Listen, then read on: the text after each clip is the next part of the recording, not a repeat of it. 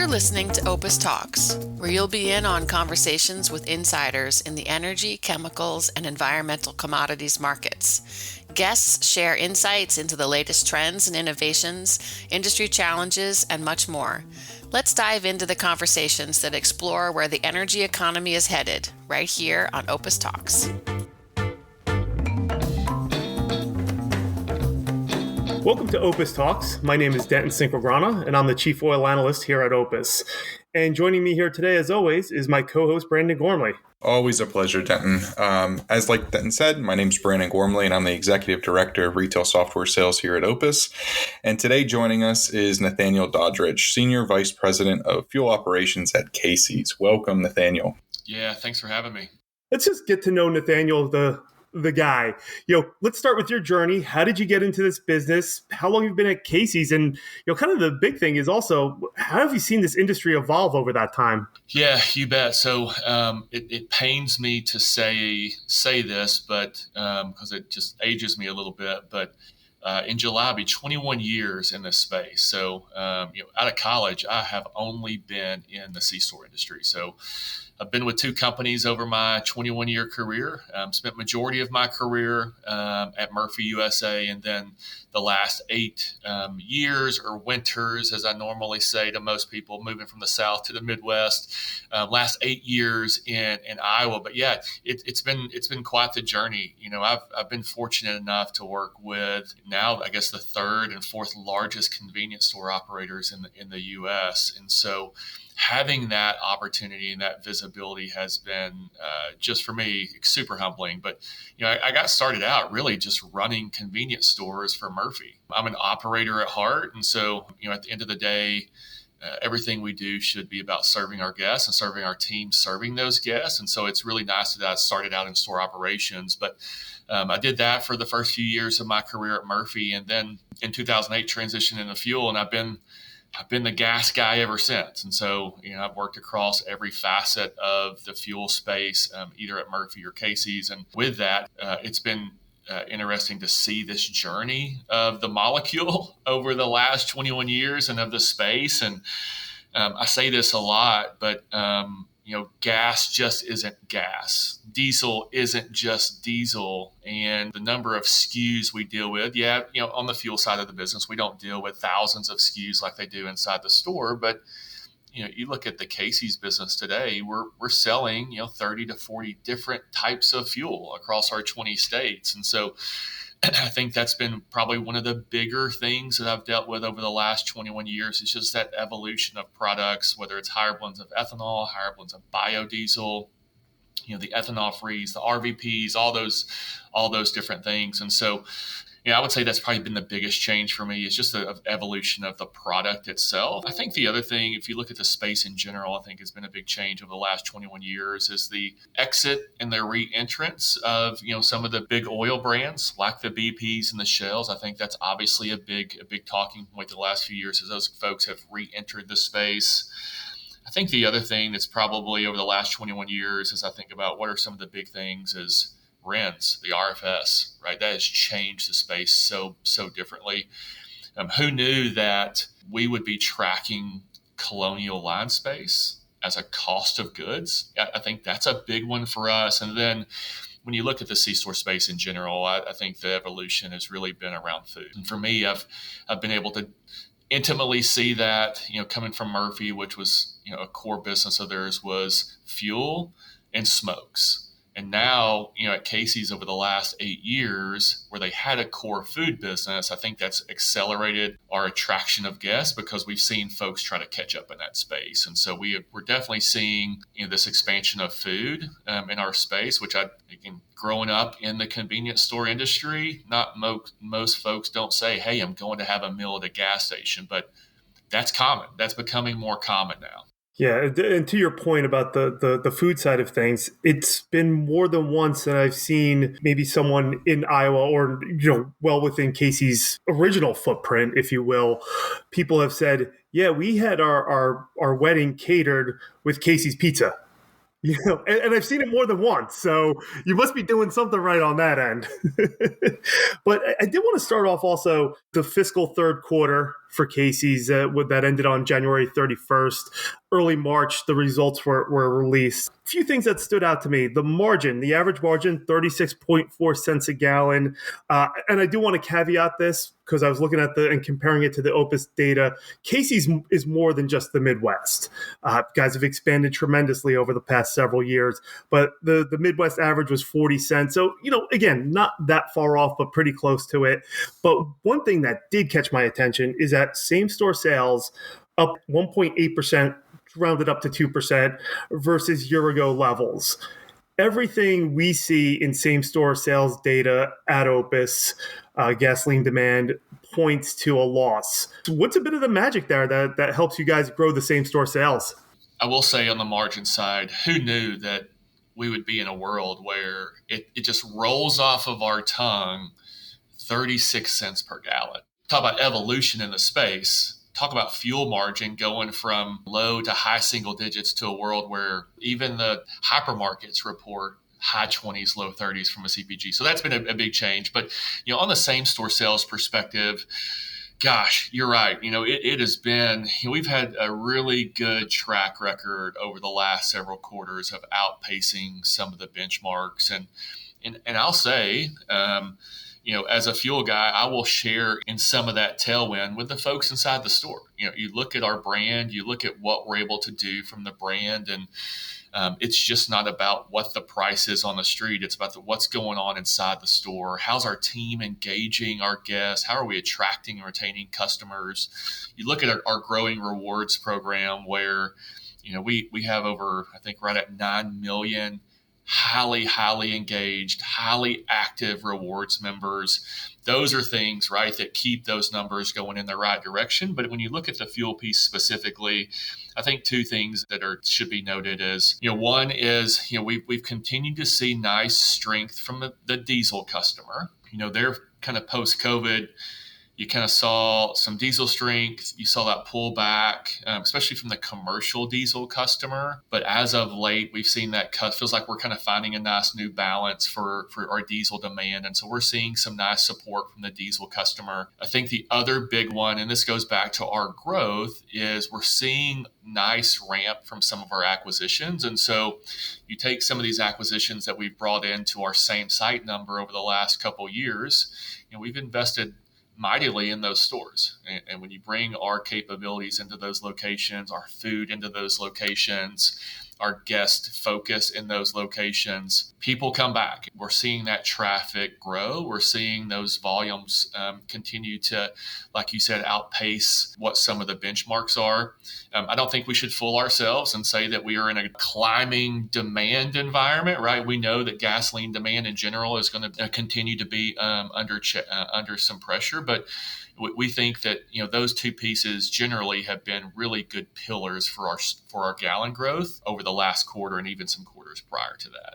Now there's about 3,000 stores within the network, 20 states. What are those states and areas that are kind of the newest to Casey's, and what opportunities do they present for you guys? Yeah, so with the Fikes/Cefco acquisition, we entered some net new states. So Mississippi, Alabama, Florida, Texas. We were in Texas about a year ago. We bought some locations just north of the Dallas Metroplex. So we were kind of in Texas last year, but with the Cefco acquisition, that gave us another 150 locations in Texas. So that's a big growth state for us. A year ago, I would have never told you that we would have been in the state of Florida. So that's definitely new. But you look at the legacy Casey's growth, some of our newer states would be, states like Kentucky, Ohio, Michigan, Tennessee, and Kentucky specifically. We had some legacy, new to industry growth in those states, but we've really increased store count in those states by acquisition, through pilot locations in Tennessee, and then through some EG locations in Kentucky. Cefco kind of being the most recent one. How are those site transitions going, those 150 stores or so in Texas? It doesn't happen overnight. How's the progression going? Yeah, I would say as expected is probably the general thought. But this one's a little bit different for us because as we have done maybe historically is we move in pretty quick and make those Casey's locations. We're a lot more going to have to be a lot more methodical with these just because of just some constraints on locations and some other things that are attached to these. Most of those will eventually have a Casey's brand on them. That's not the case today. So we're kind of running them kind of do no harm is kind of our goal right now with Sefco. Is most customers likely don't have any idea that Casey's owns those locations. And so because we haven't really done a whole lot with the locations. One thing we've talked about publicly is we did from day one, which was in November, we did take over the fuel pricing responsibilities. We've taken over some of the fuel procurement responsibilities and support. So fuel, we've been maybe moving a little bit faster, but the rest of the store, it's a little bit of, again, do no harm until we're ready to come into those locations and put the Casey's brand on the front of the store. And Sefco, they also operate a fuel terminal. So where is that located, and what kind of advantage does that give you guys? Yeah, it's funny. So we've talked a lot in some publicly about our expansion of our procurement process. 7-8 years ago, we were very heavy into being rack buyers. We've kind of shifted into being more focused on supply contracts and leveraging our scale. And so what the natural progression of that was to start to take some of our own inventory positions and do some shipping and things like that. And so we went live with that in our Q1, which would have been around July. And a week later, we bought a fuel terminal. And so that was a little bit of a faster track than maybe we expected. But that fuel terminal, hats off to the Sefco team for seeing an opportunity. That fuel terminal really primarily supports their retail business. And so Fikes does have a nice wholesale dealer side of the business. But when you look at the fuel terminal, it's in Waco, which is about 20 minutes north of where their corporate office is at, and really in the heart of their retail network in Texas. And so, when we look at capabilities, we want to make sure at the end of the day, those new capabilities, the core of what they do is support retail. We are a retail organization. A lot of our competitors out there, super sophisticated folks, like Pilot, Loves, Racetrack. They got a lot of other business streams that go with their business, but really at the end of the day, our number one priority is our retail locations. And so the terminal fits in nicely with the locations. There's some growth around that. There's some capacity. Capacity at the terminal is about 170,000 barrels total. And so it's tied to the Explorer pipeline. And so you're able to look farther into the Dallas Metroplex, and Explorer obviously runs all the way to St. Louis and into Chicago. So it's a nice tuck in for us that we'll look to leverage and make sure that, again, at the end of the day, we can lower the cost of goods for our retail locations as much as possible. That's great stuff. Yeah, I think the obviously the terminal obviously fits in nice, like you said, and one of the things that you did say versus just being a pure rack buyer, one of those changes you talked about was RINs. And now, as someone who's doing more supply deals or kind of splash blending on your own, you become it turns into another potential profit line for Casey. So yeah, kudos on that. But are there any areas that you guys potentially look at that might be outside of those traditional 20 states and regions that, I don't know, look compelling? Yeah, I think what's interesting is we've got a lot of attention, of course, for moving into these new states. But when you look at, the Casey's footprint, so back to one of, talking about core capabilities, core competencies, one of them is, we manage our distribution inside the store internally. So we have an internal, supply chain team.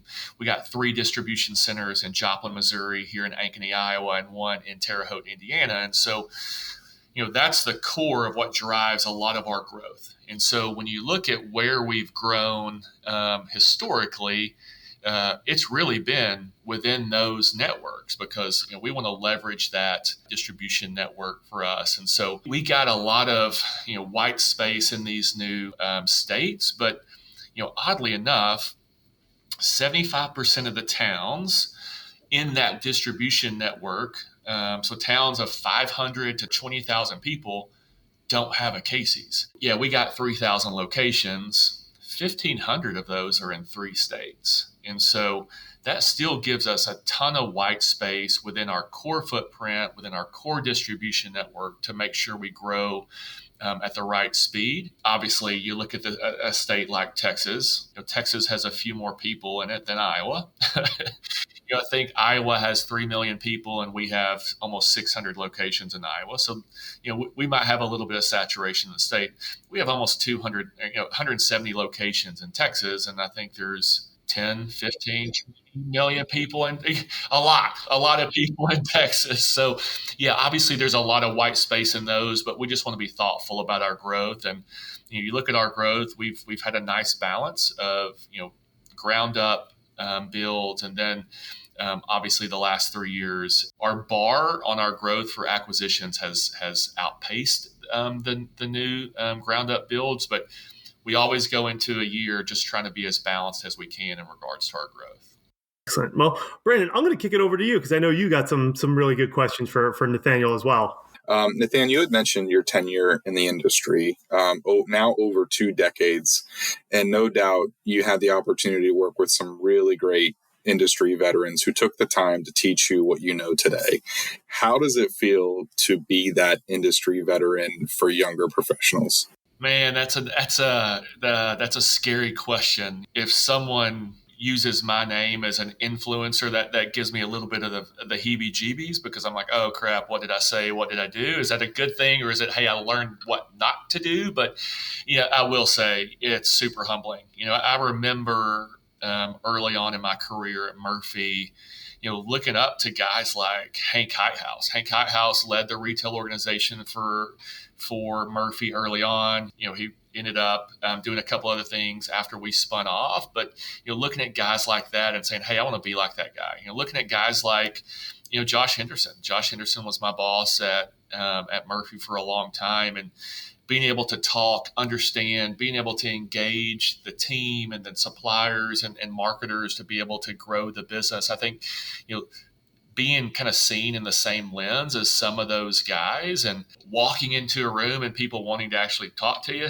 and listen to what you have to say is a little bit unique to me. But I tell you, I think the one thing I have to be careful of is I have to be cautious and continue to remind myself that, Brandon, to your point, people are looking up to me as, hey, you've been in the space, you know what you're talking about. And I have to be protective of my words. I think I have to be protective of my strategic direction. And because now I'm the guy that says go and do. And if we go and do, and it's not the right, right strategy, not the right tactic, I'm the guy now that's closest to the sun that's going to burn in those decisions. And so I think I have to constantly remind myself of what type of influence I do have and make sure that I'm protective of the way I interact with my team, with the team, and with folks outside our 4 walls and the folks I deal with every day. I've gotten to know you a little bit more over the last year, and the same thing goes with your team. I can attest that at least the folks that I've met so far, the values that I perceivably think that you have and the Casey's organization certainly cascade down to those team members quite a bit. For those who you don't manage directly, what would be some advice that, just starting out in either the C-store space, downstream oil and gas, they just got their first job as a store associate. What would be some of the advice that you would give them? Yeah, I think the big thing, so I'm a pretty simple guy, right? From Arkansas, I know people beat up on Arkansas a lot, and I always say, well, at least we still have Mississippi. But, I'm a pretty simple guy. And the one thing I tell my kids, and I tell the team this all the time at Casey's, is you can do 2 things. You can hustle and you can listen. And you can do that whether you're running a store, whether you're running, a 3.5 billion, gallon organization like today at Casey's, and don't overthink it. I think, one thing I learned early on in my career at Murphy, I had the opportunity to do a lot of things early on. I moved 5 times in 5 years. That's not always going to be the ask for folks in the space, but being open early on to doing other things. Maybe I've pigeonholed myself a little bit because I have tons of depth in fuel, but maybe I don't have other breadth in other areas. And so trying to get that experience through, I might not be able to, say that I've ran the prepared foods business for Casey's, but I can engage that team. I can understand. I can study their metrics to say, again, maybe I'm not running it, but can I understand why they do what they do and kind of build up some of that knowledge a little bit differently. Things like lateral moves at the moment are really painful because you always want to be moving up. If you're moving lateral, it just kind of tends to bring a little bit of maybe just a frustrating feeling. And back to some of the folks who influenced me before. I remember sitting in a meeting. An opportunity was being presented to me to move into a new space of fuel. So I was moving from retail pricing. I was had moved into the supply chain side of things on the optimization. Then I was going to have the opportunity to move into the transportation organization, and the opportunity was presented to me, but it didn't come with any additional pay. It didn't come with any additional benefits, incentives. All it came with was exposure. Luckily for me, as I was in the process of declining the offer, my boss at the time kind of cut his eyes over to me and kind of shook his head and was like, hey, this isn't the right move. Like, you want to take this job. So the person that was presenting it to me, which was his boss, was about 5 seconds from pulling that offer back when I said, okay, I'll take it, because I was frustrated because it didn't come with more money, didn't come with more prestige. But, look back at that decision. And that was one of the things that really propelled me in my career to say, all right, I'm willing to do more, but not get more money, not get more prestige. But it really did set me on a unique path to continue to grow and expand my horizons for the fuel side of the business. That's awesome. So there's 2 things that I noted down there, and I underlined both of them is hustle and listen. Probably some of the best answers, some of the best feedback that I think we've gotten on the podcast so far. And in actuality, hustle and listen, that's almost all I do when I travel with Denton in various situations that we get ourselves into. So currently, we touched a little bit on the landscape of the industry, downstream oil and gas. So what today could you share, some of the biggest challenges as a senior leader within the Casey's organization, and conversely, some of the biggest opportunities that you have? My assumption would be every year, the bar just keeps getting raised higher and higher for you guys. You guys are massive right now. There's a lot of things that sort of come with that. Challenges, opportunities, where do you kind of fit in that sort of journey? I think back to just being simple, I think it kind of boils down to not losing focus on who you are. We're a 50-plus-year-old organization that started in small town Iowa that has just a phenomenal footprint, has a phenomenal store offer that we've shown we can execute well, whether we're in that town of 500 or we're in Panama City, Florida. And so we can't lose focus of why we're here, how we got here. I think the one thing the industry or just life in general, some lies that we tell ourselves is we have to be really sexy in what we do. We're still just serving a customer who's trying to get from point A to point B most oftentimes. We have become a destination because of our food, but we are normally, from a fuel perspective, a point in a journey that's not the end destination for that person that's stopping at your store. And so being able to ensure that we're clean, we're fast, we're getting folks in and out, I think we have to just not forget about the basics. And the bar is continuing to raise, but I would say as people get more occupied and more distracted, keep delivering quality products on time, fast, and with good service. I think that's really, really important because, again, we can get really distracted with AI, with automation, with self-checkout, with EVs, with all these things. And it's like, what? we can be really successful just executing our plan. And so I think that's the one thing, is because there's always this push to do more and to do different things. So I think that's one for sure. And I think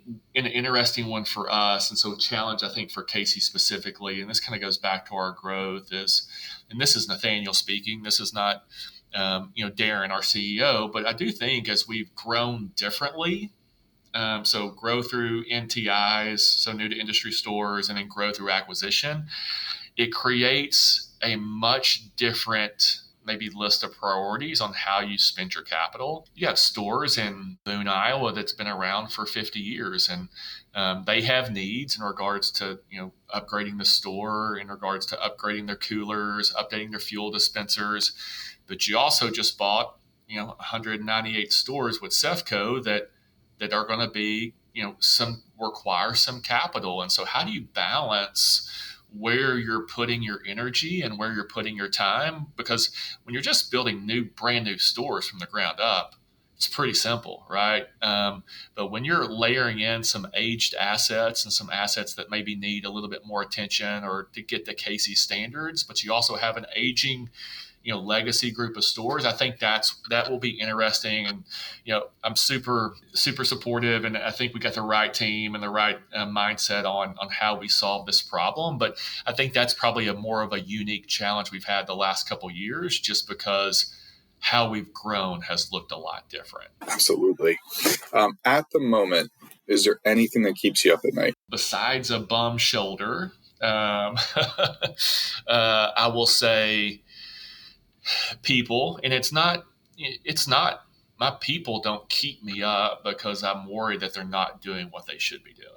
What keeps me up at night, or in regards to people, is how am I supporting my people the right way? Needs of folks change. How do we make sure people have the right career path? How do we make sure that they're able to take care of their family? How do we make sure that they have the tools and resources they need to do their job effectively? Because really, I don't worry about things like, I think about demand, and I think about margin, and I think about systems, I think about OPIS data, but they don't keep me up because I got a great team that's really solving those problems every day. And so how do I make sure I got the right team? I'm supporting them the right way. I'm able to balance my attention with them. I'm able to prioritize. How can I remove hurdles so that they can go execute and execute well?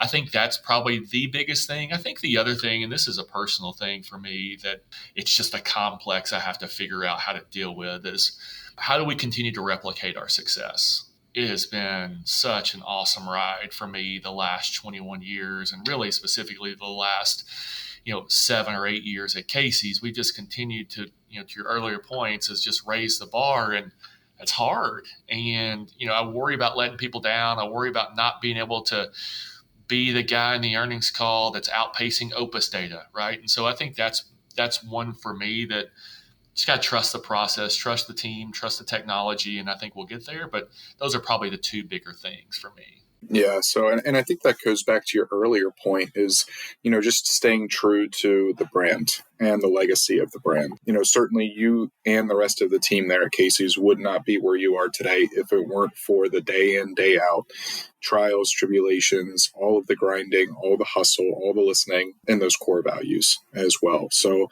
I have no doubt, it may not seem every single day that you guys are improving and progressing along that journey, but it certainly seems from an outside point of view that it looks easy, and that's usually a true testament to having the right people in the right roles doing the right things.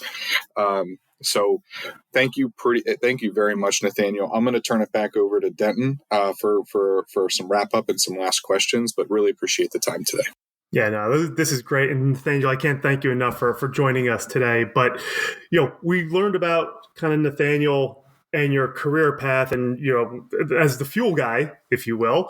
Let's learn a little bit. I like to ask a couple just random questions. We know about the bum shoulder and everything, but a few things. I know you played football in college, and I know you're an avid hunter. So again, playing football in college, as someone who played football in college as well, it's funny you said we execute the plan. To me, the way you were describing was something a football coach, and I'm sure you've heard a football coach say this in the past, KISS, keep it simple, stupid. That's what it sounded a lot like. But tell me a little bit about your football playing days. Yeah, I was a slow tight end that probably wore a tight end number because I was a decent blocker. So, yeah, I played Division II football for school, Ouachita Baptist University, which is, I give tons of credit to them for just kind of building me into the man I am today and kind of grooming me into the dad, the leader. I'm huge in my faith. And so, building, my eternal means for me. But yeah, I actually played football and baseball my freshman year, but almost flunked out because that was a little bit too much to take on for a freshman who had never even studied in high school and just kind of got through by the seat of his pants. And so I get into college and I can play two sports and I can do all these things. So I still like to play baseball too, and learned pretty quickly that was a really bad call. But yeah, I played 4 years of Division II football and was okay. And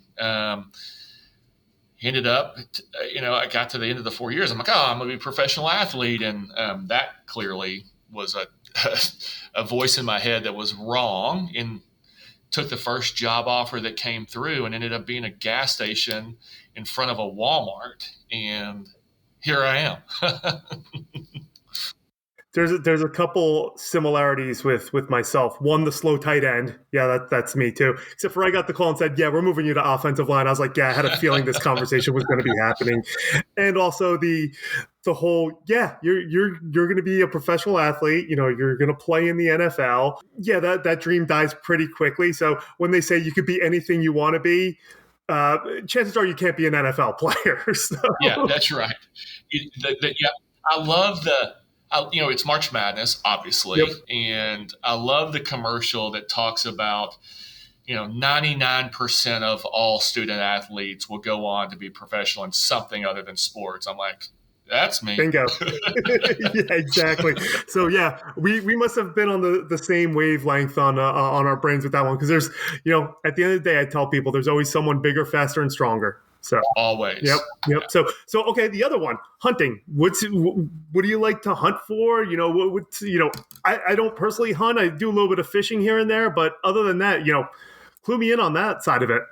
Yeah, so coming from Arkansas, I better have a little bit of country bone in my body. So I kind of grew up deer hunting a little bit, kind of gave it up for a while because I just wasn't very good. And I used it for more just going out and taking a nap in a deer stand. And so, when I started having kids, and specifically boys, the boys got into it, especially my middle son. And so that's kind of what he and I do. We hunt. And so we deer hunt. So if you're in Iowa, you better deer hunt, because that's when you talk about deer hunting across the U.S., people talk about Iowa deer hunting. And so we've been fortunate enough to buy a small property about an hour south of here in Ankeny. And that's where me and him go. And we spend time deer hunting. And I told my wife is probably once, he goes to college, we'll probably sell the property and I'll go find another hobby. But I love to do it. It's more just from, being out in nature and having nothing to do, having no service on your phone. And but for me, it's really the excitement that he has and the joy he has of hunting deer. And so that's where we spend a lot of our time in the fall and in the winter, is suffering through these Iowa winters in a deer stand. So we try to take our, harvest our deer as early in the season as possible, so we don't have to sit in negative 20-degree weather and hope and pray that a deer stumbles across our path. Yeah, that seems like a wise move to me. So, well, Nathaniel, I know how busy you are and everything, but I do want to sincerely thank you for joining us today. And on behalf of Brandon and myself, thank you again. And hopefully we can do it again in the not too distant future. Love it. Yeah, thank you guys so much. Always a pleasure. We hope you've enjoyed today's insider conversation on OPIS Talks. Join us next time for a deep dive into another industry insider's world. You can find more OPIS Talks episodes at opisnet.com/podcasts or wherever you listen to your favorite podcasts.